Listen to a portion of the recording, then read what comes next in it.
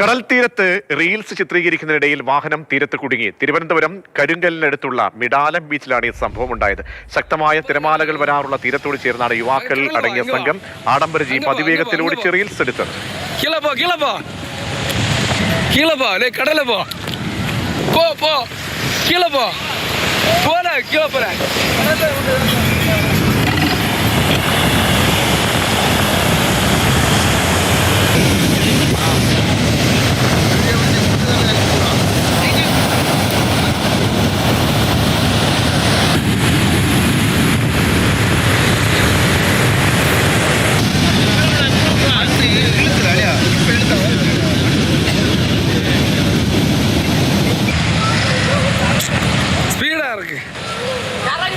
ഇന്ദുലേഖ ചേരുന്നുണ്ട്. ഇന്ദുലേഖ, ഈ സംഭാഷണത്തിൽ നിന്നും തമിഴ്നാട്ടിൽ നിന്നുള്ള ആളുകളാണെന്ന് തോന്നുന്നു.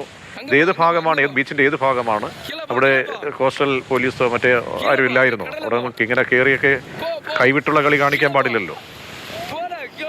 ഈ സംഭവം നടക്കുന്നത് മിടാലം ബീച്ചിലേക്കാണ്. നമുക്കറിയാം, ഈ റീൽസ് ചിത്രീകരിക്കുന്നതുമായിട്ട് ബന്ധപ്പെട്ട് ഇതിനു മുൻപും ഇതുപോലെ അപകടങ്ങൾ ഒരുപാട് സംഭവിച്ചിട്ടുള്ള വാർത്തകളൊക്കെ വന്നിട്ടുണ്ട്.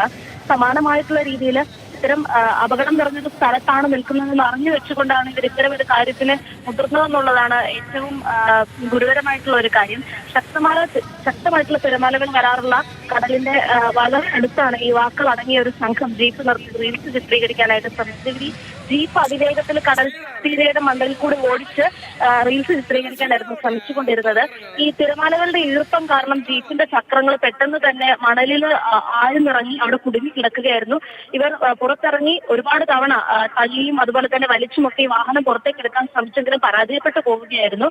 കൂടുതലായി കടലിലേക്ക് താഴ്ന്നു പോവുകയായിരുന്നു ചെയ്തിരുന്നത്. പിന്നീട് ഒരു വിധത്തിലാണ് വാഹനത്തിനകത്തുണ്ടായിരുന്നവർ ഈ തിരമാലയിൽ അകപ്പെട്ടു പോകാതെ രക്ഷപ്പെട്ടു മാറുന്നത്. ഈ സംഭവം അറിഞ്ഞെത്തിയ അവിടുത്തെ പ്രദേശത്തുള്ള മത്സ്യത്തൊഴിലാളികളും അതുപോലെ തന്നെ പൊതുജനങ്ങളും ഒക്കെ ഏറെ നേരത്തെ ഒരു പരിശ്രമത്തിനൊടുവിലാണ് ഈ മുങ്ങിക്കൊണ്ടിരുന്ന വാഹനത്തെ കയറ് കെട്ടി സുരക്ഷിതമായിട്ട് പിന്നീട് കരയിലേക്ക് എത്തിക്കുന്നത്. ഇവിടെ തീരപ്രദേശങ്ങളിൽ പൊതുജനങ്ങളും വിനോദസഞ്ചാരികളും ഒക്കെ സാഹസക്രിയയിൽ ഏർപ്പെടരുതെന്ന് കോസ്റ്റ് ഗാർഡും പോലീസും ഒക്കെ ഒരുപാട് തവണ മുന്നറിയിപ്പ് നൽകിയിട്ടുള്ളതുമാണ്. ഇതൊക്കെ ലംഘിച്ചുകൊണ്ടാണ് ഇവർ ഈ റീൽസ് ചിത്രീകരിക്കാൻ ശ്രമിച്ചത്.